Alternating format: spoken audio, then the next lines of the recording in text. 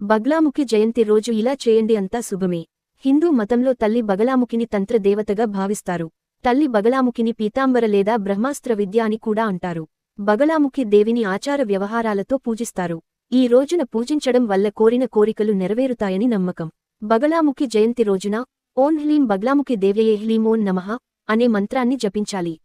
10 మహావిద్యలలో బగలాముఖి 8వ దేవత. అతని పేరు బాగ్లా, ముఖి అనే 2 వేర్వేరు పదాలతో రూపొందించబడింది. బగల అంటే కాలిబాట లేదా పగ్గాలు అని అర్థం. 2024 సంవత్సరంలో తంత్రదేవతమా బగలాముఖి జన్మదినాన్ని గురించి ఇప్పుడు కొన్ని విషయాలు తెలుసుకుందాం. బగలాముఖి జయంతి రోజున పూజ చేసే విధానం. తెల్లవారుజామున పసుపు బట్టలు ధరించి బగ్లాముఖి దేవిని పూజించడం ద్వారా బగలాముఖి పూజ చేస్తారు.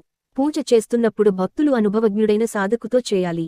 బగలాముఖి దేవిని పూజించేటప్పుడు ఒక భక్తుడు నేలపై పసుపు వస్త్రంతో తూర్పు ముఖంగా కప్పబడి కూర్చోవాలి. అతని ముందు బగలాముఖి దేవత విగ్రహం,